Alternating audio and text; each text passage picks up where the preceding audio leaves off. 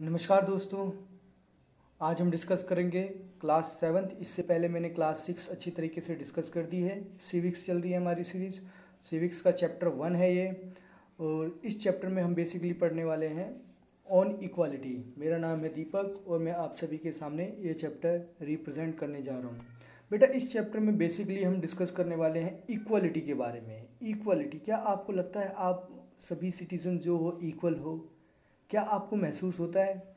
चलो, अब हम यहाँ पे एक छोटी सी कहानी के थ्रू हम जानने की कोशिश करेंगे। पहले हम देख लेते हैं ये जो लिखा हुआ है ऑन इक्वलिटी पे।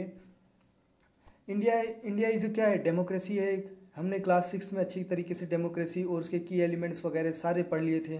डेमोक्रेटिक गवर्नमेंट के बारे में पढ़ा था, और पीपल कैसे पार्टिसिपेशन करते हैं, कोई भी कन्फ्लिक्ट होता है तो उसको रिजॉल्व कैसे करते हैं।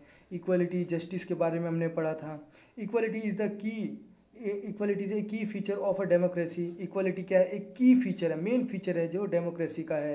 And influence the aspect of its function. In this chapter you will read more about the equality. अब आप इस चैप्टर में इक्वलिटी के बारे में और अच्छी तरीके से जानने की कोशिश करोगे कि इक्वलिटी है क्या और ये क्यों ज़रूरी है ना, सभी डेमोक्रेटिक कंट्री में। And whether not everyone is equal in India. क्या इंडिया में सभी इक्वल है या नहीं है, ये भी हम जानने की कोशिश करेंगे। अब हम एक छोटी सी कहानी पढ़ेंगे कांता के बारे में। देखो, कांता एक औरत है, उसके बारे में हम कहानी पढ़ेंगे तो हमें ये सारी चीज़ें अच्छी तरीके से समझ में आ जाएगी कि हम कितने इक्वल हैं या कितने नहीं हैं। एक कांता होती है, वो वोटिंग का दिन होता है, इलेक्शन में जा रही होती है। इलेक्शन में ये देखो जैसे लाइन में खड़ी है और अपनी फ्रेंड सुजाता से बात कर रही होती है। अब ये देखती है यहाँ पे स्टूडेंट भी खड़े हैं, ट्रेडर्स भी खड़े हैं, टीचर्स भी खड़े हैं, इसके पीछे इंजीनियर्स भी खड़े होते हैं, काफ़ी लोग खड़े होते हैं। तो ये अपनी फ्रेंड सुजाता से बोलती है, देखो हमारे देश में कितना अच्छा है कि हम ये सभी लोग, बड़े से छोटे लोग, एक लाइन में लग के वोट देते हैं। तो ये अपने सुजाता से शेयर कर रही होती थी। तो सुजाता बोलती है, हाँ ये सही बात है। फिर उसके बाद जब इलेक्शन ख़त्म हो जाता है तो कांता का जब टर्न आता है तो कांता भी बोलती है कि मैं उसको वोट दूंगी जिसने हमारे साथ प्रॉमिस किया था कि वो पानी की पाइप जो है हमारे घर तक पहुंचाएगा, तो मैं उसको वोट दूंगी। तो आप भी ऐसे ही करते होंगे, वोट उसी को देते होंगे जो आपका काम करता होगा। तो ये सारी चीज़ें, अब देखो ये जो सुजाता होती है ना, उसकी लाइन में, ये लाइन कंटिन्यूसली है वहाँ से सुजाता से, वो बोलती है देखो मेरे बॉस भी पीछे जो इंडस्ट्रियलिस्ट हैं अशोक जैन, वो भी क्या है लाइन में ही खड़े हैं। तो देखो कितनी अच्छी इक्वालिटी चल रही है। तो अब क्या होता है, इलेक्शन ख़त्म हो जाता है।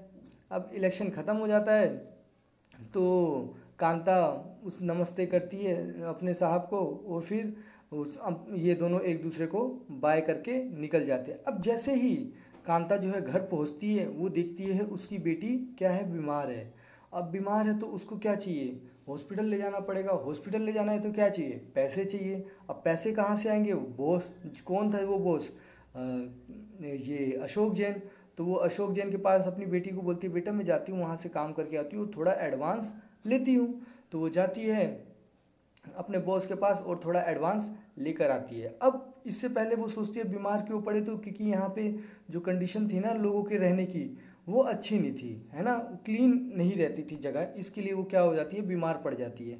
अब वो अशोक जैन के घर पे जाती है। उसकी अशोक जैन और उसकी बीवी जो होती है ना, वो उनको बोलते हैं, इसको कांता को बोलते हैं कि बेटा एक काम करना, अच्छी तरीके से एक एक कॉर्नर अच्छी तरीके से क्या करना, साफ़ करना। तो ये सारी चीज़ें बोलते हैं। फिर ये क्या करते हैं कि एडवांस मांगने की, इसका ये अशोक जैन बोलते हैं एडवांस मांगने की इसकी आदत मत डालना, है ना, कि नहीं तो बार बार एडवांस मांगने लग जाएगी। तो फिर वो बोलती है ठीक है। जब ये काम करती है तो जाती है अपनी बेटी को इलाज करवाती है। और फिर जब हॉस्पिटल में लाइन में लगती है तो देखो, अब कांता देखो, अब यहाँ से स्टोरी हमारी और अच्छी तरह डिस्क्राइब होती है। मैं आपको सिंपल एक चीज़ बता देता हूँ, चलो मैं आपको ऐसे ही बताता हूँ, आप समझने की कोशिश करना बेटा। अब जब वो वोट देने जाती है तो वहाँ पे तो सभी लोग लाइन में लगे होते हैं, है ना, बड़े से लेकर छोटे आदमी तक। लेकिन जब ये हॉस्पिटल में जाती है, वहाँ पे लाइन में देखती है तो सारे के सारे गरीब लोग ही लाइन में लगे होते हैं। अमीर लोग, उनके बॉस जैसे बड़े लोग लाइन में नहीं लगे होते, क्योंकि उनके पास तो पैसा होता है। तो क्या हमारी डेमोक्रेसी सिर्फ और सिर्फ वोटिंग तक ही इक्वालिटी हमारी सीमित है? क्या हर जगह इक्वलिटी नहीं मिलती हमें? तो ये इस स्टोरी से तो यही पता चलता है ना कि हॉस्पिटल की लाइन में, राशन की लाइन में, या कहीं की भी लाइन में देखो तो गरीब लोग होते हैं, और बाकी वोटिंग की लाइन में क्या वोटिंग वोटिंग तक ही हमारी इक्वलिटी सीमित है? नहीं, हमारी इक्वलिटी तो क्या होनी चाहिए? बाबा अम्बेडकर साहब ने क्या बोला? इक्वलिटी। उन्होंने यूनिवर्सल एडल्ट फ्रेंचाइज दिया था। तो इसका मतलब क्या हुआ? जब वो यूनिवर्सल एडल्ट फ्रेंचाइज दे रहे थे तो लोगों ने उनका काफ़ी विरोध किया कि अनपढ़ लोग कैसे वोट देंगे, ये कैसे गवर्नमेंट चुनेंगे? तो ये बाबा साहब अम्बेडकर बहुत खूबसूरत जवाब देते हैं कि ये अनपढ़ है लेकिन है तो इसी देश का हिस्सा, हमने इन्हें अनपढ़ रखा है। तो ये सारी चीज़ें बाबा साहब अम्बेडकर बोलते हैं, और धीरे धीरे क्या होते हैं, धीरे धीरे क्या हो जाते हैं, और वो किसी की एक भी नहीं सुनते, और ये क्या कर देते हैं, यूनिवर्सल एडल्ट फ्रेंचाइजी दे देते हैं। तो ये सारी चीज़ें हमने इस स्टोरी से हमें समझने को मिली कि हमें हर जगह इक्वलिटी नहीं मिलती है ना। अब ये सारी चीज़ें और आगे हम आ जाते हैं, थोड़ा और जानने की कोशिश करते हैं। But as her go on Kanta become less certain about the equality really means. अब धीरे धीरे कांता को धीरे धीरे समझ में आ गया कि इक्वलिटी है क्या है। इक्वलिटी है ही नहीं। इक्वलिटी वोट में लगने से इक्वलिटी क्या हो जाती है? वोट में कुछ होता है? नहीं होता है। जहाँ पे इंसान की असली रिक्वायरमेंट है वहाँ पे इक्वलिटी होनी चाहिए ना। इक्वलिटी तो है ही नहीं। तो ये सारी चीज़ें कांता के दिमाग में आने लग जाता है। अब थोड़ा और हम इसको डिटेल में जाके समझने की कोशिश करेंगे। देखो, what is that the Kanta makes Kanta unsure. Kanta को क्या अनश्योर बना देता है, श्योर बना देता है? तो देखो, हम जानने की कोशिश करते हैं। Let's take a look at a day in her life. उसकी लाइफ की ज़िंदगी के देखो। She live in a slum and has a drain behind her house. वो एक झोपड़ी में, मतलब एक स्लम एरिया में रहती थी, झोपड़पट्टी जिसे बोलते हैं ना, वहाँ पे रहती थी। उसके घर के पीछे से ड्रेन, उसको कोई मतलब ड्रेन बह रहा था, उसके कोई ट्रीटमेंट नहीं हो रही थी। वहाँ से जो भी लोग रहते थे बीमार पड़ जाते थे, है ना, और वहाँ से ले जाना भी मुश्किल हो जाता था, और उसको बार बार मनी उधार लेनी पड़ती थी अपनी बेटी के इलाज के लिए, और डॉक्टर को भी काफ़ी पैसे देने पड़ते थे, और उनके साथ कोई अच्छा व्यवहार नहीं होता था। ये सारी चीज़ें देख के, और जब भी डॉक्टर के पास जाओ एक लंबी लाइन में खड़ा होना पड़ता था। ये सारी चीज़ें देखती थी। हॉस्पिटल्स में जाओ, है ना, ये सारी चीज़ें देख के उसको पता चल गया कि हाँ, जो स्टैंडिंग है ना लाइन में, वो क्या है, वो पुअर लोग हैं। इक्वालिटी नहीं है हमारे देश में। तो ये सारी चीज़ें कांता की स्टोरी से हमें समझ में आती है बेटा। तो अब ये सारी चीज़ें आपको इवनिंग में उसे पैसे मिल जाते हैं, ये फ़ोटो दिखाई हुई है, और कुछ नहीं है। तो ये सारी चीज़ें आपको समझ आ गई बेटा। एक अदर काइंड ऑफ इक्वालिटी को समझने की कोशिश करो। इक्वालिटी कैसे आप बोल सकते हो बेटा? आपने देखा होगा एडवर्टाइजमेंट में वो बोलते हैं कि ब्राह्मण लड़का है उसके लिए ब्राह्मण लड़की चाहिए, कोई अलग कास्ट का लड़का है तो उसे अलग कास्ट की लड़की चाहिए, उसी कास्ट की लड़की चाहिए, जितना पढ़ा है उतनी पढ़ी लिखी लड़की चाहिए। तो ऐसे ये क्या है? इक्वलिटी है क्या? कहाँ से इक्वलिटी है बेटा? इक्वलिटी तो है ही नहीं। तो ये सारी चीज़ें तो हम देखते हैं, ये सारी चीज़ें इंडिया में एग्जिस्ट तो कर रही है ना, कि नहीं कर रही है? ऑब्वियसली से कर रही हैं। तो ये सारी चीज़ें हम डेली लाइफ में हम इन इक्वालिटी का एक्सपीरियंस करते हैं। क्योंकि हमें क्या होता है, हम देखते हैं, न्यूज़पेपर पढ़ते हैं, अलग अलग चीज़ें पढ़ते हैं, है ना, और ख़ास करके हमारे पास तो बहुत बड़े बड़े एग्जाम्पल हैं। अब इन्होंने कुछ स्टोरी बताई हुई है, तो हम स्टोरी को भी जानने की कोशिश करेंगे। देखो, अब थोड़ा इसको मैं यहाँ से पढ़ देता हूँ तो अब आपको अच्छी तरीके से समझ में आएगी चीज़ें। देखो, one more common form of inequality India is a caste, है ना, कास्ट सिस्टम। देखो, आपने देखा होगा ना, कास्ट के बेसिस पे इनइक्वालिटीज़ होती है। बोलते हैं तू छोटी जात का है, मैं बड़ी जात का हूँ, हम दोनों एक साथ बैठ के खाना नहीं खा सकते। If you live in a rural India, your cast identity is something that you probably learn और एक्सपीरियंस वेरी यंग।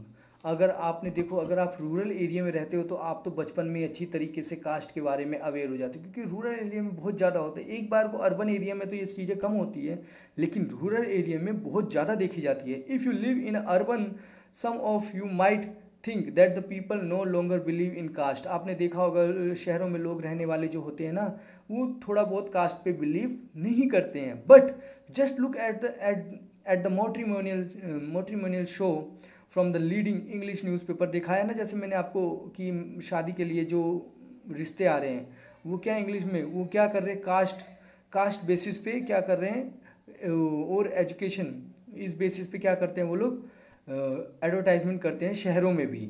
ये सारी चीज़ें हमको देखने को मिलती है। Now now let us read story about the experience Dalit child attending the school. एक दलित लड़के की स्टोरी है जो स्कूल अटेंड कर रहा होता है। तो बेटा मैं आपको ऐसे ही सुना देता हूँ, बहुत ही अच्छी स्टोरी है, बहुत ही सुंदर स्टोरी है ना। इन्होंने एक देखो थोड़ा और इसको समझ, attending the school, you have already read about the Dalit in class. Dalit में आपने ऑलरेडी क्लास 6 में दलित के बारे में काफ़ी कुछ पढ़ रहा है। पहले दलित को अनटचेबल बोलते थे, तो अनटचेबल क्या कर दिया, टोटली रिमूव कर दिया। अब दलित होता है, दलित का मतलब क्या होता है, ब्रोकन हार्ट, है ना, जिसको ब्रेक किया कर दिया हो, जिसको आपने कोई रिस्पेक्ट न दी हो, जिनके खिलाफ खूब क्या हो रहा है, डिस्क्रिमिनेशन हो रहा है, तो वो हो गए आपके दलित। अब ओम प्रकाश इज़ देखो Om Prakash Valmiki is a famous Dalit writer. जो ओम प्रकाश वाल्मीकि है वो बहुत ही फेमस दलित राइटर है। वो एक ऑटोबायोग्राफी लिखते हैं जिसका नाम है झूठन, है ना। तो झूठन, ये देखो यहाँ पे पोस्टर भी दिखाया होगा। अब मैं आपको ये सिंपल सी स्टोरी समझा देता हूँ, आप समझने की कोशिश करो बेटा, बहुत ही सुंदर स्टोरी है। अब ये जो ओम प्रकाश जी हैं, ये बेचारे दलित होते हैं, तो ये स्कूल जाते हैं, है ना, स्कूल जाते हैं तो टीचर जो होते हैं और इनके बच्चे जो होते हैं इनको अपने साथ बैठने नहीं देते, और ये जहाँ पे भी बैठते हैं वो जगह क्या कर देते हैं, बोलते हैं अपनी चटाई लेके आओ, और चटाई कभी कभी तो चटाई को भी बोलते हैं साफ़ करके अंदर लेके आओ। ऐसी ऐसी चीज़ें इनके साथ होती रहती है। बेंच पे बैठने नहीं देते, टीचर भी इनके साथ बहुत सारे डिस्क्रिमिनेशन करते हैं, इसको लास्ट बेंच में बिठाते हैं। तो ये सारी चीज़ें ये देखते हैं, और इनसे ज़्यादा क्वेश्चन आंसर नहीं किए जाते। और इसके बाद ये क्या करते हैं, ओम प्रकाश जी बताते हैं कि जब ये छोटे थे, ये झूठन इनकी बायोग्राफी है, ऑटोबायोग्राफी है, तो ये उसमें बता रहे हैं जब ये छोटे थे तो टीचर इन्हें क्लास में सफाई करवाते थे, गार्डन में सफाई करवाते थे, बाथरूम साफ़ करवाते थे, टॉयलेट वगैरह जितना भी होता था वो सारी चीज़ें इनसे साफ़ करवाते थे। इवन जूते चप्पल भी इनसे साफ़ करवा लिया करते थे। और फिर जो प्रिंसिपल होता था वो सारी चीज़ें देखता रहता था, लेकिन वो कुछ नहीं बोलता था, वो भी इनसे ये सारी चीज़ें करवाता रहता था। तो ये इस प्रकार के विचार, ये बहुत ही प्रताड़ना सह रहे होते थे। एक दिन क्या होता है, ये स्कूल में गार्डन में झाड़ू लगा रहे होते हैं, इनके पिताजी वहीं स्कूल से गुजर रहे होते हैं और इन्हें देख लेते हैं, और वो टीचर के पास जाते हैं और बोलते हैं कि देखो मेरा बेटा तो क्या हो गया, मेरा बेटा यहीं पे पढ़ेगा, दलित हैं हम लोग, क्या हो गया, हमें पढ़ने का अधिकार नहीं है, मेरा बेटा यहीं पे पढ़ेगा, और जितने भी दलित लोग हैं वो सब यहीं पे पढ़ेंगे, आप हमें नहीं रोक सकते हो पढ़ने से। तो ये सारी चीज़ें उनके पिता बोलते हैं और बोल के चले जाते हैं। तो ये बेटा आपने ये झूठन की कहानी पढ़ ली, तो ये आपको समझ में आ गया बेटा कैसा डिस्क्रिमिनेशन हो रहा है। अब ये तो पहली स्टोरी पढ़ ली, अब एक दूसरी स्टोरी, ये तो हो गई कास्ट के बेस पे, अब होती है रिलीजन के बेस पे। हम वो समझते हैं एक अच्छा खासा फैमिली जो होती है वो एक लार्ज सिटी में जाते हैं, एक अच्छा खासा एक फैमिली होती है, मिस्टर एंड मिसिस अंसारी उनका नाम होता है, मिस्टर एंड मिसिस अंसारी, और वो जाते हैं फ्लैट ढूंढने एक शहर में, उनकी जॉब लगी होती है वहाँ पे। अब वो जाते हैं और काफ़ी फ्लैट ढूंढते हैं, और फ्लैट ढूंढते ढूंढते वो लोग थक जाते हैं, उनको फ्लैट नहीं मिलता, और एक कॉन्ट्रैक्टर के पास जाते हैं, कॉन्ट्रैक्टर भी उनको खूब ढूंढवाता है, लेकिन फ्लैट नहीं मिल रहा था। जैसे कोई नाम बताए कि हाँ मिस्टर एंड मिसेस अंसारी, तो लोग मना कर देते। लेकिन एक फ्लैट में पहुँचे तो उन्होंने बोला हमें रूम चाहिए, तो उन्होंने बोला तुम्हारा नाम क्या है, बोले मिस्टर एंड मिसेस अंसारी, तो बोले मुस्लिम है ये, तो बोले हम देखो हमारी जो सोसाइटी है ना वेजिटेरियन है, यहाँ पे हम नॉन वेज नहीं खाते, और हम लोग नॉन वेजिटेरियन को नहीं रखते। और जो कॉन्ट्रैक्टर था वो थोड़ा सरप्राइज हुआ, क्योंकि वहीं से एक मछली बनने की खुशबू भी आ रही थी। तो ये अंसारी भी देख रहे थे, लेकिन उनको पता चल गया कि हमारे साथ क्या हो रहा है, रिलीजन बेस्ड डिस्क्रिमिनेशन हो रहा है। तो फिर ये बोलते हैं कि कॉन्ट्रैक्टर इन्हें बोलता है मिस्टर एंड मिसिस अंसारी को, एक काम करो आप अपना नाम चेंज कर लो, मिस्टर एंड मिसिस कुमार कर दो, तो आपको क्या हो जाएगा, रेंट इजीली से रूम मिल जाएगा, अदरवाइज़ तो आपको मिलना मुश्किल है। लेकिन मिस्टर और मिसिस अंसारी होते हैं वो क्या कर देते हैं, तुरंत मना कर देते कि नहीं भाई हम ऐसा नहीं कर सकते। तो और फिर धीरे धीरे कर करके फाइनली वो क्या कर देते हैं, एक रूम उन्हें मिल जाता है और वो रहने लग जाते हैं। मतलब बहुत ज़्यादा ढूंढने के बाद उन्हें क्या हो जाता है, वो रूम मिल जाता है। तो आपने समझी दो स्टोरी से। अब एक स्टोरी बेटा क्या बता रही है आपको, कास्ट बेस डिस्क्रिमिनेशन हुआ आपके साथ पढ़ाई लिखाई में जो हो रहा था, और एक हो रहा था रिलीजियन बेस। अब देखो रिलीजन, कास्ट, सेक्स और रेस, इन सब के बेसिस पे जो जो ये होता है ना डिस्क्रिमिनेशन, ये बेटा ठीक नहीं होता है। तो आपने समझ लिया दो टाइप की स्टोरीज, आपने मिस्टर एंड मिसिस अंसारी और ये ओम प्रकाश वाल्मीकि की, ये दो स्टोरी। अब आपसे पूछ सकते हैं ओम प्रकाश वाल्मीकि ने कौन सी बुक लिखी थी, तो आप इजीली बता सकते हैं झूठन, है ना। तो ये सारी चीज़ें आपको पता है। और टीचर लोग क्या करते थे, उनसे झूठा बर्तन भी धुलवाते थे ना। ये सारी चीज़ें हो गई। अब रिकग्नाइजिंग डिग्निटी, डिग्निटी आपको क्या करनी चाहिए, रिकग्नाइज करनी चाहिए। अब मैं आपको बताता हूँ कैसे होता है ये सारी चीज़ें। देखो, you have understood by now that the caste we are born into, जो कास्ट हमें मिलती है, जो जिसमें हम बोर्न हो जाते हैं, the religion we practice, the class background we come from, whether we are male और female, these are often the things that determines why some people are treated unequally। देखो अब इसमें तुम्हारी गलती क्या है, तुम किसी जगह से किसी के पेट में बिलोंग कर गए, तुम मुस्लिम हो गए या तुम छोटी जात के हो गए या फिर तुम कहीं किसी से बिलोंग कर रहे हो, तो इसमें किसी की गलती क्या है बेटा। और ये तो है ही नहीं, कास्ट तो है ही नहीं, ये तो लोगों की बनाई हुई ये क्रिएटिविटी है। तो ये क्या है, यही तो क्रिएट करती है इनइक्वालिटीज़। तो ओम प्रकाश वाल्मीकि एंड अंसारी की कहानी से आप लोग पता चल गया। अब तुमने क्या किया, उनकी जो मतलब उनकी जो एक डिग्निटी थी ना, डिग्निटी, उनका सेल्फ रिस्पेक्ट आपने क्या कर दिया, तोड़ दिया। अब उनके अंदर सेल्फ रिस्पेक्ट नहीं रहा।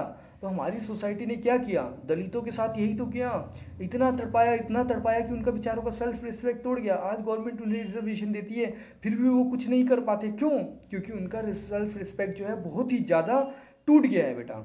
तो इसकी वजह से ये सारी चीज़ें हुई है। तो किसी का सेल्फ रिस्पेक्ट हमें नहीं तोड़ने का हक है बेटा।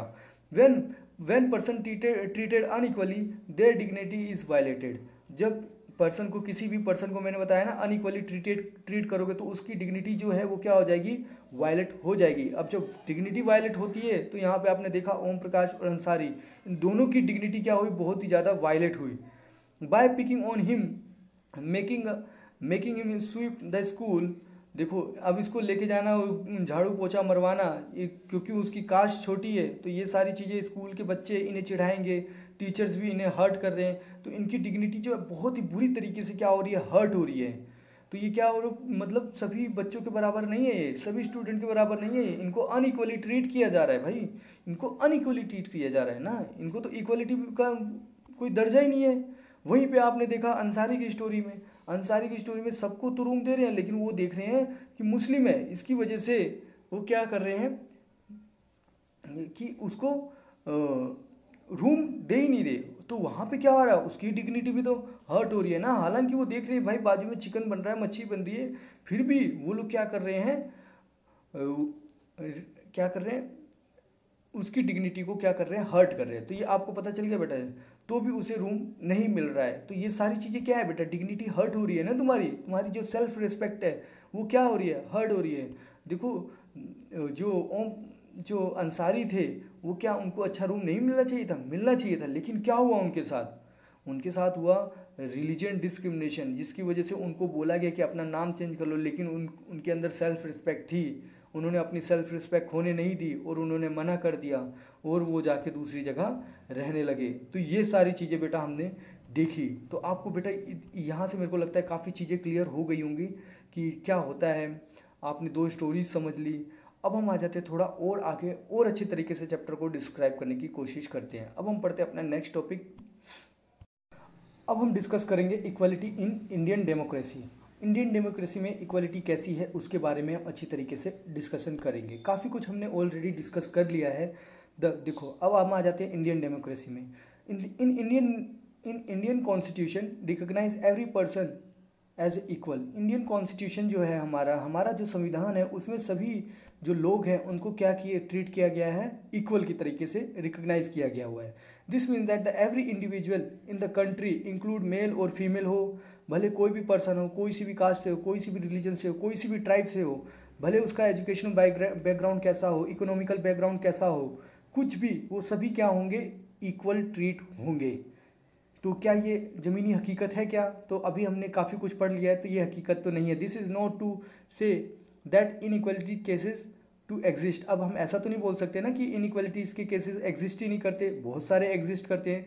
It doesn't, but at least democratic India the principal of the equalities of all person is recognised. लेकिन हम देखेंगे संविधान में तो हमारा ये क्या है, सभी रिकग्नाइज किया गया है। वाइल अर्ली, अब हम थोड़ा और आगे आ जाते हैं, देखो while early no law existed to protect people from the discrimination and ill treatment.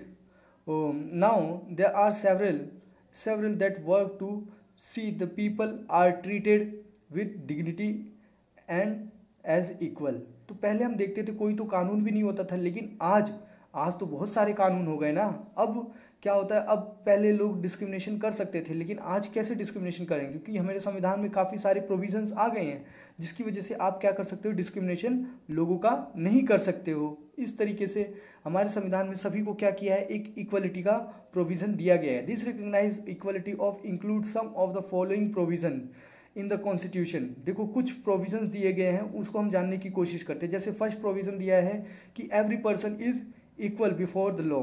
सभी पर्सन, आप मान लो किसी ने मर्डर किया है, भले वो ब्राह्मण हो या मुस्लिम हो या कोई भी हो, या दलित हो कोई भी हो, या ठाकुर हो कोई भी हो, तो क्या होगा, लॉ पे जाने से पहले, लॉ के पास जाने के पहले वो क्या होगा, इक्वल होगा। मतलब सभी इंडिया में जितने भी लोग हैं वो क्या है, इक्वल है। तो फर्स्ट तो ये बोला, व्हाट, इसका मतलब क्या हुआ, देखो from the president of the country to Kanta, भले वो प्रेसिडेंट ऑफ इंडिया हो, है ना, और भले वो कांता हो, सभी क्या होंगे, या कोई डोमेस्टिक वर्कर हो, has to obey the same law. सभी के लिए क्या होंगे, सेम कानून, जिसके लिए जो मतलब एक कानून जिसके लिए बना है वो सबके ऊपर लागू होता है। ऐसा नहीं है थूकना मना है तो इसका मतलब ये नहीं प्रेसिडेंट थूक सकता है और कांता नहीं थूक सकती, नहीं, सबके लिए मना है तो मतलब मना है।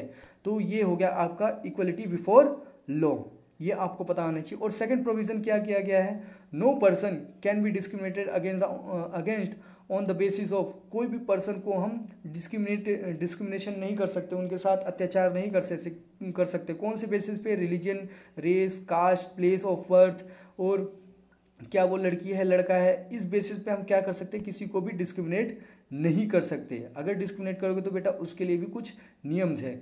और थर्ड क्या है, every person has to access public places. देखो जो भी पर्सन है इंडिया में, वो जो भी पब्लिक प्लेसेस है उसको क्या कर सकते हैं, एक्सेस कर सकते हैं। जैसे कि प्लेग्राउंड हो गया, जैसे किसी को प्लेग्राउंड में, जैसे अनटचेबल को नहीं, जैसे दलित समाज के लोगों को नहीं खेलने दिया जाता था। होटल्स हो गया, शॉप्स हो गया, मार्केट्स हो गया, ये सभी क्या होंगे, सभी के लिए क्या है, यूज़ में है। ऐसा नहीं है कि कोई यूज़ नहीं कर सकता। All person can use publicly available wells, roads, bathing ghat, ये सभी के लिए क्या होता है, अवेलेबल है। आप इसमें कोई डिस्क्रिमिनेशन नहीं कर सकते। और फाइनली लास्ट जो है वो क्या हो गया, untouchable has been abolished. Untouchability जो है वो टोटली क्या हो चुकी है, अबोलिश्ड हो चुकी है। तो बेटा ये 4 प्रोविज़न जो किए है ना गवर्नमेंट ने, इससे आपको पता चल गया होगा कि गवर्नमेंट ने काफ़ी कुछ प्रोविज़न किए हुए हैं हमारे कॉन्स्टिट्यूशन में, जिससे क्या हो, डिस्क्रिमिनेशन ना हो। तो ये 4 प्रोविज़न बेटा आपको हमेशा ध्यान में रखना है, किसी के खिलाफ डिस्क्रिमिनेशन नहीं होना चाहिए। और फिर डिस्क्रिमिनेशन इस बेस पे तो होना ही नहीं चाहिए, क्या, religion, race, caste, place of birth, ये मेल और फीमेल। और फिर सभी के लिए लॉ क्या है, समान है। अनटचेबिलिटी तो बिल्कुल ही ख़त्म कर दी गई है। ये सारी चीज़ें हमें बता रही है, ये सारे प्रोविज़न किया गया है। The 2 ways in which the government has tried to implement the equality that is guaranteed in constitution। अब 2 वे और बताए गए हैं जो इक्वलिटी देती है कॉन्स्टिट्यूशन के अकॉर्डिंग। फर्स्ट क्या है, थ्रू द लॉ, एक लॉ के थ्रू कि कानून सबको बराबर दिया जाएगा। और सेकंड क्या है, through the government programs and schemes. Government बहुत सारे प्रोग्राम चलाती है और स्कीम्स चलाती है, जिसकी वजह से क्या होता है, डिस्क्रिमिनेशन आपका खत्म होता है। There are the several laws in India to protect every persons right to be treated equally. अब कुछ बहुत सारे लॉज भी हैं कि इससे क्या हो सके, जो इंडिविजुअल पर्सन है ना उसका राइट क्या हो सके, टूटे ना, ख़त्म ना हो। इसके लिए भी बहुत सारे प्रोविज़न लोगों ने, गवर्नमेंट ने किए हुए हैं।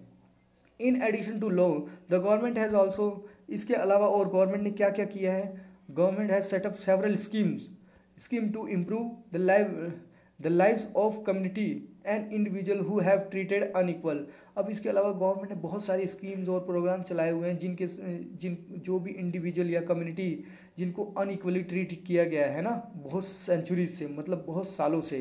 तो these schemes are ensure that the opportunity for the people who had not in this past, लेकिन उनको पास्ट में ये सारी फैसिलिटीज़ नहीं मिली थी। लेकिन आज गवर्नमेंट क्या कर रही है, उन्हें ये सारी फैसिलिटी अवेलेबल कर रही है, ताकि वो अपने आप को अपने अनइक्वल महसूस ना कर पाए कि उनके साथ इनइक्वलिटीज़ हो रही है। उनको ऐसा लगे कि हमारे साथ क्या हो रहा है, इक्वलिटी का बिहेवियर हो रहा है। तो ऐसी बहुत सारी स्कीम चलाई है जिसमें हम देखो, one of the step taken by the mid day meal scheme. Mid day meal scheme में बेटा क्या हो गया, देखो पहले क्या होता था, गवर्नमेंट ने बहुत ही अच्छा ये प्रोग्राम स्टार्ट किया है। इसके बारे में मैं बता देता हूँ आपको। देखो पहले क्या होता था, स्कूल इस स्कीम के थ्रू पहले मैं बताता हूँ, फिर बाद में बताऊँगा कि पहले क्या होता था। तो स्कूल में क्या होता है कि बच्चों को पका हुआ खाना मिलता है, जिसकी वजह से बच्चे सभी एक साथ बैठ के खाते हैं। अब इसमें क्या होता है, जब बच्चे एक साथ बैठ के खाते हैं ना, तो इसमें क्या होता है कि जो बड़ी कास्ट का भी होगा और छोटी कास्ट का भी होगा, दूसरे धर्म का भी होगा, दूसरी रेस का भी होगा, है ना, तो मेल होगा फीमेल होगा, सब बैठ के साथ में बैठ के खाएंगे। इसमें से क्या होती है, इनइक्वलिटीज़ थोड़ी कम हो जाती है बेटा। तो वहाँ पे क्या हो जाते हैं, सभी इक्वल ट्रीट हो जाते हैं। अब ऐसा सबसे पहले किसने किया, तमिलनाडु की गवर्नमेंट ने ऐसा किया। और तमिलनाडु की गवर्नमेंट ने जब इसे इंट्रोड्यूस किया 2001 में, तो सुप्रीम कोर्ट ने सभी गवर्नमेंट को बोला, स्टेट गवर्नमेंट को, कि वो भी क्या करे, ये अपने ये प्रोग्राम को 6 मंथ के अंदर अंदर क्या करे, इम्प्लीमेंट करे। तो सभी स्टेट गवर्नमेंट ने ये प्रोग्राम को इम्प्लीमेंट किया। अब इसका रिजल्ट क्या आया बेटा, यहाँ पे क्या हो गया, सभी लोग इक्वली ट्रीट होने लग गए। इसकी वजह से अब पहले क्या होता था, जो गरीब घर के बच्चे होते थे ना, देखो जो गरीब घर के बच्चे होते थे ना, वो क्या होते थे बेटा, वो क्या होते थे, स्कूल नहीं आ पाते थे। क्यों नहीं आ पाते थे, क्योंकि उनके घर में गरीबी होती थी। और गरीबी होती थी तो वो क्या करते थे, वो सिंपल काम करते थे। काम क्यों करते थे बेटा, ताकि उनका घर अच्छे तरीके से चल सके। और जब काम करेंगे तो वो पढ़ कहाँ से पाएंगे, वो पढ़ नहीं पाएंगे तो बेटा हमारा देश ऐसे ही पीछे रह जाएगा ना। और देश पीछे रह जाएगा तो फिर हम सभी लोग पीछे रह जाएंगे। तो इसके लिए गवर्नमेंट ने क्या बोला कि नहीं, मिड डे मील दो। इससे क्या होगा, जब बच्चे स्कूल में आएंगे और वो उनको देखो अब बच्चे स्कूल, और इसके अलावा भी क्या होता था, देखो बच्चे जब स्कूल में आते थे लेकिन उन्हें दोपहर में भूख लगती थी, वो घर चले जाते थे और फिर वापस स्कूल में नहीं आते थे। तो ये सारी चीज़ें वहाँ पे देखने को मिलती थी। और फिर अब गवर्नमेंट ने क्या किया, देखो अब तुम स्कूल में जाओगे, तुम्हें दोपहर में खाना वहीं मिल जाएगा, तुम्हारा पेट भरेगा, तुम्हारा पढ़ाई में मन भी लगेगा। और तुम्हारी मम्मी जो कहीं पे काम कर रही होती थी, मान लो दोपहर में उसे काम छोड़ कर आना पड़ता था कि तुम्हारे लिए खाना बनाएंगी, वो अब काम करने नहीं आएंगी। और वो क्या करेंगे, अपना रेगुलर वर्क अच्छे से कर पाएंगे, जिससे क्या होगा, तुम अच्छे से पढ़ाई भी कर पाओगे, उनको अच्छे पैसे भी मिल पाएंगे, और वो अपनी ज़िंदगी अच्छी तरीके से जीवन यापन हो पाएगा। तो ये सारी चीज़ें देखने को मिलती है। तो ये सारी चीज़ें हमने देखी। अब स्कूल में ये सारी चीज़ें होने लगी, तो जैसे जैसे देखा गया, हाँ भाई काफ़ी इम्प्रूवमेंट आया, सभी में क्या हो गया, ये हंगर का प्रोसेस जो है वो कम हो गया। तो ये काफ़ी कुछ हुआ। इसकी वजह से क्या हो गया, ये देखो मिड डे मील जो स्कीम थी ना, वो बहुत ही बड़ी कारीगर काम कर गई। तो यहाँ से हमें पता है इनइक्वलिटीज़ ऐसे ख़त्म हो रही है। वाइल द गवर्नमेंट, अब देखो जो गवर्नमेंट है ना, जो भी गवर्नमेंट के प्रोग्राम और स्कीम्स होती है, वो बहुत ही ज़्यादा इंपॉर्टेंट रोल प्ले करती है इक्वलिटी को प्रमोट करने में, है ना। इससे क्या होती है, इक्वलिटी आती है। तो there is a much that still need, और इतना ही काफ़ी नहीं है एक मिड डे मील स्कीम और जो थोड़ी मोड़ी स्कीम है, इतना ही काफ़ी नहीं है, और भी बहुत ज़्यादा चीज़ें करनी चाहिए, ताकि क्या हो, सोसाइटी में इक्वलिटीज़ आ जाए। खास करके ऐसा ना हो कि किसी बच्चे की डिग्निटी हर्ट हो, है ना। अब जब तुम देखो ना, पुअर बच्चों की क्या होती है, डिग्निटी हर्ट होती है ना, जब वो पढ़ नहीं पाते, ये सारी चीज़ें होती हैं उनके साथ। तो देखो, while the mid day meal program has help increasing the enrolment and attendance of a poor children in school. और जो मिड डे मील ने ना बहुत बड़ा काम किया कि जिससे गरीब बच्चे जो है ना स्कूल में रेगुलर आने लगे। उससे क्या हो गया, उनकी अटेंडेंस बढ़ने लगी, एजुकेशन लेवल बढ़ने लगा, और माल न्यूट्रिशन का शिकार भी नहीं होते थे। जिसकी वजह से अगर मान लो उन्हें खाना नहीं मिलता था तो क्या हो जाते थे, माल न्यूट्रिशन का शिकार। लेकिन स्कूल में उन्हें क्या नहीं मिलता था, न्यूट्रियस फूड, जिसमें सभी तरीके के न्यूट्रिशंस अवेलेबल्स होते थे। इससे क्या हो गया, उनकी लाइवलीहुड भी अच्छी होने लगी।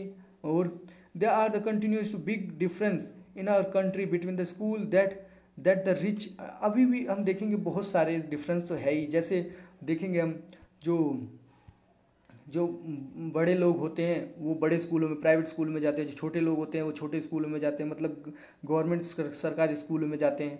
इस तरीके से आज भी होता है, लेकिन फिर भी इसको इरेडिकेट तो काफ़ी हद तक किया गया है।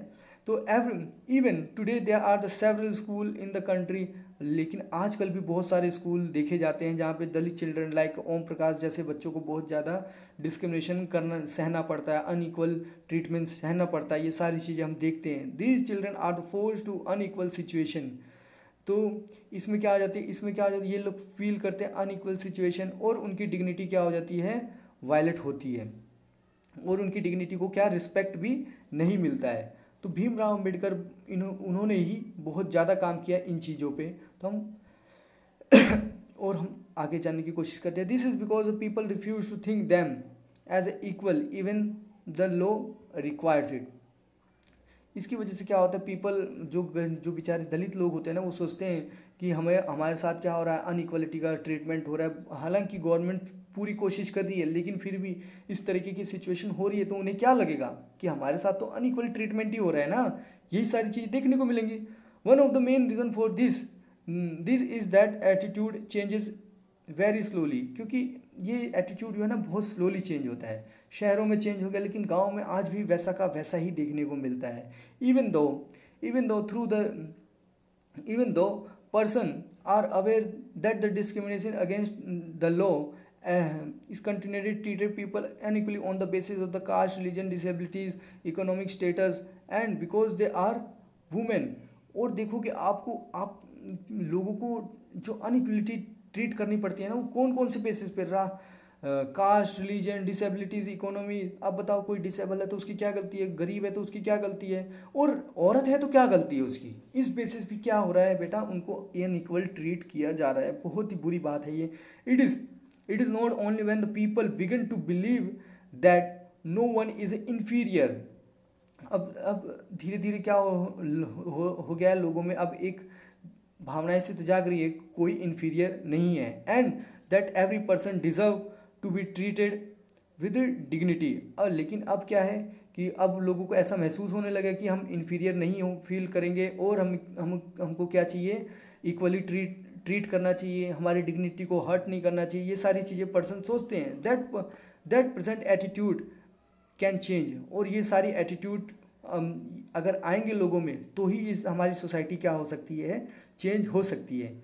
Establishing equality in an democracy society is a continuous struggle and one in which individual as well as the various communities in India contribute. अब देखो ये सभी के साथ प्रॉब्लम फेस हो रही है ना, कम्युनिटी हो, इंडिविजुअल हो, सभी के साथ ये सारी चीज़ें प्रॉब्लम फेस हो ही रही है। अब क्या लगता है आपको, इनइक्वालिटीज़ खाली इंडिया में ही देखने को मिलती है on the basis of region, caste, sex, male female और रेस, इसके बेसिस पे नहीं, अफ्रीका में भी देखने को मिलती है। अफ्रीकन अमेरिकन की कहानी हम जानने की कोशिश करेंगे तब आपको पता चलेगा। अब हम आ जाते हैं उसी कहानी पे ही। एक मिनट थोड़ा अब हम जानते हैं issue of equalities in other democracies. Other democracies में जैसे मैंने बताया अफ्रीकन अमेरिकन की बात कर रहे हैं। अब अफ्रीकन अमेरिकन में भी क्या होता है, देखो, you are probably wondering whether India is not only a democratic country, there is inequalities. India अकेली कंट्री नहीं है डेमोक्रेटिक जहाँ पे इनइक्वालिटीज़ फेस कर रहे हैं लोग। ऐसी बहुत सारी कंट्रीज़ है। जैसे अब हम अमेरिका की बात करेंगे तो वहाँ पे जो वाइट लोग होते थे ना, वो ब्लैक लोगों पे बहुत ज़्यादा अत्याचार करते थे। जैसे हमने साउथ अफ्रीका में एक अपार्थाइड पढ़ा था, है ना, वाइट पीपल और ब्लैक पीपल के बारे में। तो वहाँ से आप इस चैप्टर को लिंक कर सकते हो। अगर वो चैप्टर आपने नहीं पढ़ा है तो बेटा उस चैप्टर को एक बार जाके देखो, तो आपको आसानी से ये चीज़ और अच्छी तरीके से समझ में आ जाएगी। तो ये सारी चीज़ें आपने देख ली। This issue of equality continue the key issue in which communities. अब ये जो वाइट और ब्लैक के बीच में था ना, ये बहुत ही बड़ा क्या हो रहा था, बिग इशू बनता चला जा रहा था। अब ये देखो, अब थोड़ा इनकी डिटेल में जाने की कोशिश करेंगे। देखो, चलो मैं आपको ऐसी स्टोरी समझाता हूँ, आप उसको समझने की कोशिश करना बेटा। जो अफ्रीकन अमेरिकन थे ना, वो क्या थे बेटा, वो अफ्रीकन, उनके एंसेस्टर जो थे ना अफ्रीकन थे, लेकिन उनको अमेरिका में लाया गया था एज अ गुलाम, है ना। तो ये अफ्रीकन अमेरिकन कौन थे? अफ्रीकन तो थे, लेकिन इनको अमेरिका में लाया गया था एज अ गुलाम बना के, और वो वहीं पे रह रहे थे और काफ़ी समय तक रहे, तो इसके लिए वो क्या हो गए, अफ्रीका अमेरिकन हो गए। हालांकि वो वाइट नहीं होते थे, वो हल्का ब्लैक ही होते थे। उसका नतीजा देखो, काफ़ी स्ट्रगल होने के बाद उसका नतीजा आप देख सकते हो, बराक ओबामा एक ब्लैक प्रेसिडेंट बने हैं। तो ये आपको समझना होगा। अब क्या होता था, ये सारी चीज़ें वहाँ पे बहुत ज़्यादा अफ्रीकन लोगों को बहुत ज़्यादा अनइक्वल ट्रीटमेंट का फेस करना पड़ता था। और वो बहुत सारी मूवमेंट चली अनइक्वल के खिलाफ, लेकिन फिर भी ऐसा लोगों को इक्वल ट्रीटमेंट नहीं मिल पाया। कौन से लोगों को? ब्लैक पीपल को। ब्लैक पीपल जो थे बेचारे छोटे स्कूलों में पढ़ते थे, और वाइट पीपल जो थे वो बड़े स्कूलों में पढ़ते थे, है ना। तो ये सारी चीज़ें, और उनको भी नज़दीक नहीं लाए। जैसे आज हम कास्ट के बेसिस पे करते हैं ना, वैसे वहाँ पे ब्लैक और वाइट के बेसिस पे होता है। तो ये सारी चीज़ें आपको देखना पड़ेगा। अब एक छोटी सी स्टोरी में सुनाता हूँ, जहाँ वो आपको समझना पड़ेगा बेटा। जो रोज़ा पार्क है, रोज़ा पार्क की स्टोरी है। तो पहले क्या होता था, 1950 से बाद की बात कर रहा हूँ मैं, है ना, ऐसा नहीं है पहले की बात कर रहा हूँ, बाद की बात कर रहा हूँ। तो इसमें क्या होता था, अब कोई बस चल रही है, मान लो बस में क्या होगा, ब्लैक पीपल को एकदम पीछे जाके बैठना होगा। लेकिन मान लो अगर कोई वाइट पीपल आता है तो ब्लैक पीपल को तुरंत उठना पड़ेगा, और वाइट पीपल को क्या करनी पड़ेगी, जगह देनी पड़ेगी। तो एक जो रोज़ा पार्क थी ना, रोज़ा पार्क ऑफिस से काम करते हुए आ रही थी, बहुत थक गई थी। अब थक गई थी तो वो आके बस में बैठ गई। अब बस में बैठ गई, उसके बाद एक वाइट पीपल आया। ये स्टोरी कब की है? 1 दिसंबर 1955 के आसपास की स्टोरी है। तो वो बैठ गई, तो एक वाइट पीपल आया, उसने क्या कर दिया, उसको बोला उठने के लिए, तो वो नहीं उठी। तो इसकी वजह से क्या हो गया, वो वाइट पीपल को बड़ा उसकी डिग्निटी हर्ट हो गई। मतलब देखो ना, आप समझ सकते हो स्टोरी से, तो थोड़ा बहुत आप इमेजिन भी कर सकते हो बेटा कि वाइट ब्लैक लोगों के साथ कितना बुरा बर्ताव हो रहा था उनको। फिर उस दिन से क्या हो गई, उसने मना कर दिया, और एक ह्यूज एजिटेशन स्टार्ट हो गई अगेंस्ट द अनइक्वलिटी। जो भी अफ्रीकन अमेरिकन के साथ अमेरिका में जो अनइक्वलिटीज़ हो रही थी यूएसए में, वो क्या हो गई, बहुत तेज़ी से बढ़ गई। ये देखो, ये है रोज़ा पार्क। तो ये आपने देखा, बहुत सारी एजिटेशन हुई, बहुत सारे लोगों ने क्या किया, इसमें पार्टिसिपेट किया। एक फेमस है जो आप सुना होगा ना, जिसने मार्टिन लूथर किंग जो बोलते हैं, I have a dream, one day the every nation of this country will be treated as equal. वो काफ़ी अच्छी कविता बोलते थे, पोएम बोलते थे, तो उन्होंने ये बोली थी। तो इसकी एक लाइन मुझे याद है, आप चाहो, एक लाइन तो क्या, पूरी कविता याद है, लेकिन आप चाहो तो जाके एक बार इसको पढ़ सकते हो। कौन सी? I have a dream, one day the nation, है ना, the every person of this nation will be treated as a equal, है ना।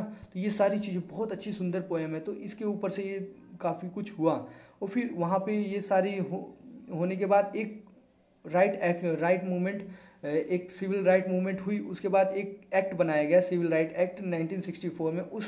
उसमें क्या हो गया, जितना भी डिस्क्रिमिनेशन हो रहा था किस बेस पे, रेस, रिलीजन और नेशनल ओरिजिन के हिसाब से, वो सारा क्या कर दिया, डिस्क्रिमिनेट को मतलब ख़त्म कर दिया, प्रोहिबिट कर दिया कि अब आप इस बेसिस पे डिस्क्रिमिनेशन नहीं कर सकते हो।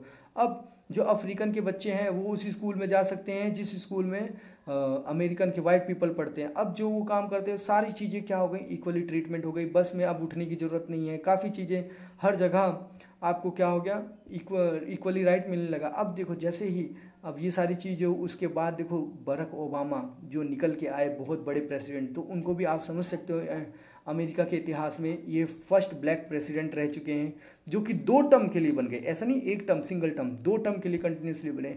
अब अमेरिका में 2 टर्म से ज़्यादा तो हो ही नहीं सकते, नहीं तो और भी हो सकता है, और भी आगे बनते। तो ये सारी चीज़ें हमने देखी। अब जो था स्कूल उनका क्या हो गया, सेपरेट होने सब कुछ ख़त्म हो गया। अब लेकिन फिर भी इनइक्वलिटीज़ तो है ना। अब जो अफ्रीकन लोग हैं बेटा, वो तो गरीब हैं। अब जब गरीब हैं तो उस कौन से स्कूल में जाएंगे जहाँ पे कम फीस होगी, है ना। और जो वाइट पीपल है वो क्या है, रिच है, वो क्या कहाँ जाएंगे, जहाँ पे अच्छे अच्छे स्कूल होंगे, है ना।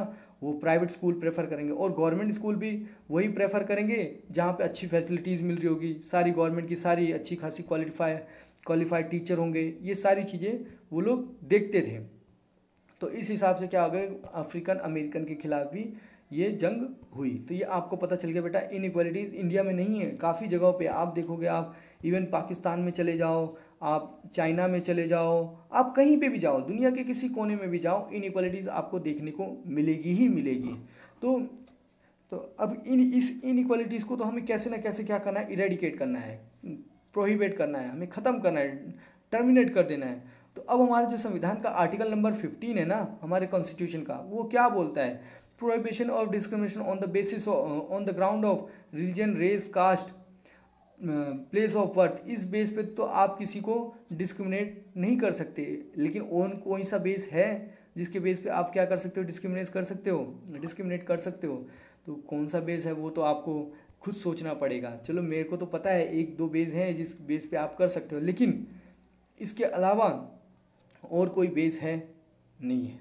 तो ये हम आ जाते हैं, देखो स्टेट शाल नॉट डिस्क्रिमिनेट, उन्होंने बोला state shall not discriminate on the citizen, कोई भी सिटीजन को किस ग्राउंड पे डिस्क्रिमिनेट नहीं होना चाहिए, religion, race, caste, sex, place of birth और एनी ऑफ देम, मतलब किसी बेसिस पे। अब इन्होंने ऐसा कर दिया किसी बेसिस पे भी नहीं कर सकते। तो ये सारी चीज़ें, आप यही सारी चीज़ें जो हमने ऊपर पढ़ी है ना, वो यही सारी चीज़ें लिखी हुई है हमारे आर्टिकल नंबर 15 में। तो ये आपको पता करना पड़ेगा। एक बार आपको पता चल गया ये सारी चीज़ें, अब ये हमारा लास्ट टॉपिक है चैप्टर का, challenge of democracy. Challenge of democracy मैंने बताया, no country in this world is a proper complete democracy, है ना। कोई भी कंट्री में कंप्लीट डेमोक्रेसी तो नहीं है, हर जगह आपको देखने को मिल रहा है डिस्क्रिमिनेशन देखने को मिल रहा है, लोग स्ट्रगल कर रहे हैं अपने राइट्स के लिए, अपने अपने हक के लिए। ये सारी चीज़ें यहाँ पे देखने को पड़ रही है लोगों के पास। किसी को देखो इंडिया में कास्ट का प्रॉब्लम, वहाँ अमेरिका में ब्लैक और वाइट का प्रॉब्लम, पाकिस्तान में भी धर्म का प्रॉब्लम है, रिलीजन का प्रॉब्लम है, काफ़ी प्रॉब्लम्स आपको देखने को मिलेंगे। तो आप बोल सकते हैं कोई भी कंट्री क्या है, एक कंप्लीट डेमोक्रेसी नहीं है। कंप्लीट डेमोक्रेसी कौन सी होती है, जहाँ पे हर इंसान की डिग्निटी को रिस्पेक्ट की जाए, उसको इक्वली ट्रीट किया जाए, है ना, उसको उसके राइट को प्रोटेक्ट किया जाए, है ना, उसको कोई भी बेसिस पे उसके साथ कोई भी क्या हो, डिस्क्रिमिनेशन ना हो, है ना। तो ये सारी चीज़ें हमने देखी। अब हमारा चैप्टर तो बेटा यहीं पे ख़त्म हो गया। अब हम थोड़े क्वेश्चन आंसर डिस्कस कर लेते हैं, जिससे आपको क्या लगेगा, थोड़ा और आइडिया आ जाएगा। फर्स्ट क्वेश्चन हमारा क्या बोलता है, in a democracy why is universal adult franchise is important. Universal adult franchise मतलब सभी को बच्चे एक सर्टन एज के बाद, जैसे 18 साल के बाद इंडिया में हैं, वो वोट देने का अधिकार सबको क्यों देना चाहिए, क्यों इम्पोर्टेंट है ये, तो ये आपको बताना है अपने वर्ड्स में। तो क्यों इम्पोर्टेंट है आप बता सकते हो बेटा, क्योंकि देखो चलो ठीक है, आप अपने हिसाब से सोचना, अगर नहीं समझ में आए तो आप मेरे से बोल सकते हो। Read the box of article 15, article 15 का बॉक्स को रीड करो और state 2 ways in which article address unequally. आप कौन कौन से बेस पे बोल सकते हो कि आर्टिकल बता रहा है कि कौन से आपको किस बेस पे अनइक्वली ट्रीट नहीं किया जाना चाहिए। In what ways the Om Prakash Valmiki experience similar of that of Ansari. तो आप बता सकते हो, डिग्निटी का यूज़ कर सकते हो, काफ़ी चीज़ें आप इसमें यूज़ कर सकते हो। तो आप ऑल द पर्सन, आपको इस टर्म का मतलब समझाना है कि all the person before the law, इसका मतलब क्या हो गया, all the person equal before the law. तो ये सारी चीज़ें क्या हैं, तो ये सारी चीज़ें आपको समझानी है। अब इस चैप्टर में बेटा इतना ही है। अगर आपको कोई भी डाउट हो तो प्लीज़ कमेंट सेक्शन में कमेंट करके आप मेरे से पूछ सकते हो। तो आज के लिए इतना ही है। Thank you very much.